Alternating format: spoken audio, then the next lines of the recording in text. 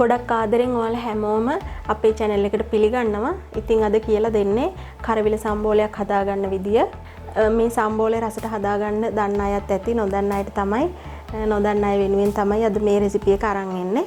ඉතින් ඔයා අපේ channel එකට අලුත් නම් subscribe කරලා එකතු වෙන්න.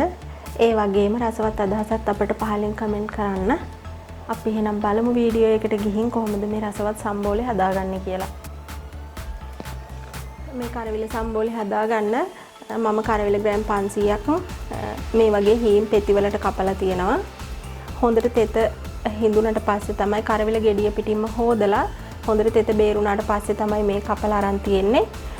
තෙත නැති වුණාම අපිට ඉක්මනට බැද ගන්න පුළුවනි. ඊට පස්සේ තක්කාලි ගෙඩියක් පොඩි කෑලි වලට කපාගෙන තියෙනවා තක්කාලි ගෙඩියක්.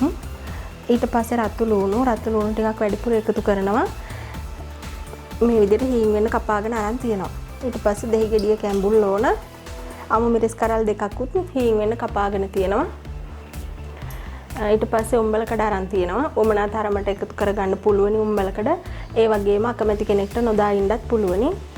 ඊට පස්සේ රසායනික ලුණු ඕන. ගම්මිරිස් කුඩු චුට්ටක් එකතු කරගන්නවා රසය වෙනස් වෙන්න ඕන නිසා. නැත්නම් ගම්මිරිස් කුඩු නැති වුණත් අකමැති කෙනෙක්ට නොදා ඉන්නත් පුළුවනි. ඊට පස්සේ අපිට මේක බෙද ගන්න තෙල් උවමනා වෙනවා. ওই ටික තමයි ඕන වෙන්නේ. මම තෙල් එකක් මේ විදිහට රත් වෙන ලිපේ තියාගෙන තියෙන්නේ. මම දැන් කරවිල ටික එකතු කරගන්නවා. කරවිල එකතු කරගනිද්දි බොහොම පරිස්සමින් එකතු කරගන්න ඕනේ.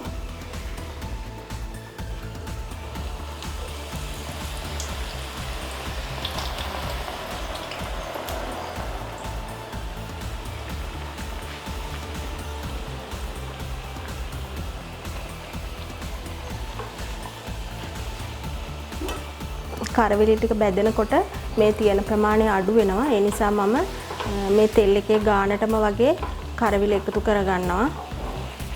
මේ විදිහට. දැන් අපි ගින්දර වැඩි කරගෙන හොඳට මේක බැදගමු.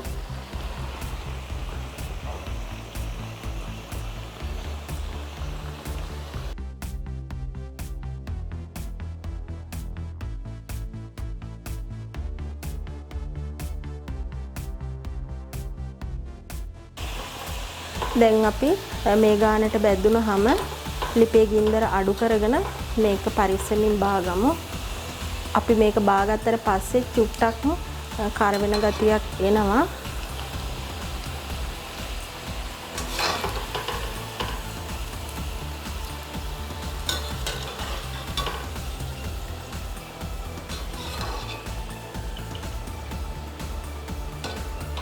මේ විදිහට කරවිල ටික ඔක්කොම මම බැදගත්තා. දැන් අපි සම්බෝලේ හදාගමු. මේ විදිහට හොඳට අනා ගන්න ඉඩ තියෙන භාජනයකට කපාගත්ත රතු ලුණු ටික, තක්කාලි ටික, අමු මිරිස් ටික එකතු කරගන්නවා. ওই විදිහට. ඊට පස්සේ අපි උම්බලකඩ ටිකත් එකතු කරගමු.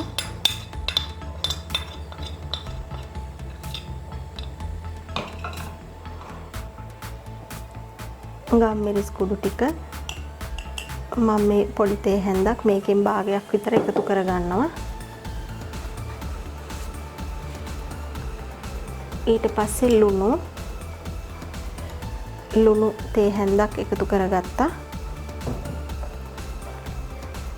ඊට පස්සේ දෙහි ටික,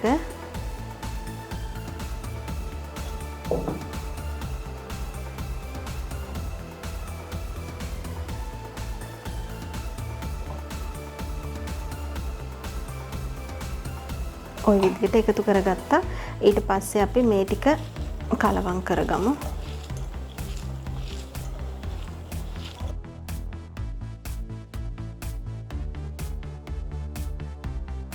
ওই විදිහට කලවම් කරගෙන ලුණු ප්‍රමාණයත් බලා ගන්න පුළුවනි. මේ විදිහට පොඩි තක්කාලි කෑල්ලක් අරගෙන ලුණු බලාගමු.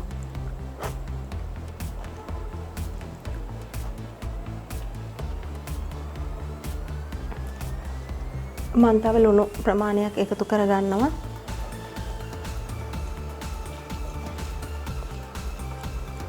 හරි. ඊට පස්සේ අපි මේ බෙදගත්ත කරවිල ටික එකතු කරගමු.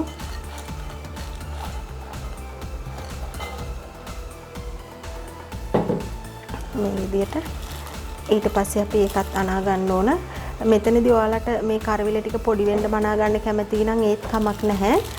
එහෙම නැතුව කෑලිත් ඉතුරු වෙන විදියට අනනවා නම් පරිස්සමින් කලවම් කරගන්න ඕනේ.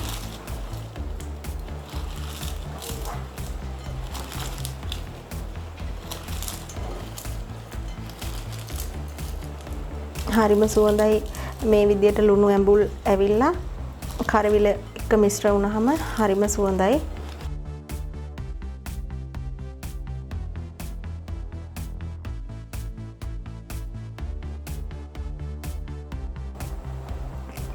ඔන්න රසවත් කරවිල සම්බෝලයක් දැන් අපි හදාගෙන තියෙන්නේ. ඔයාලත් මේ විදියට හදලා රස බලන්න. එහෙනම් ඉතින් මේ වගේම තවත් අලුත් වීඩියෝ එකකින් ආයෙ හමු වෙමු.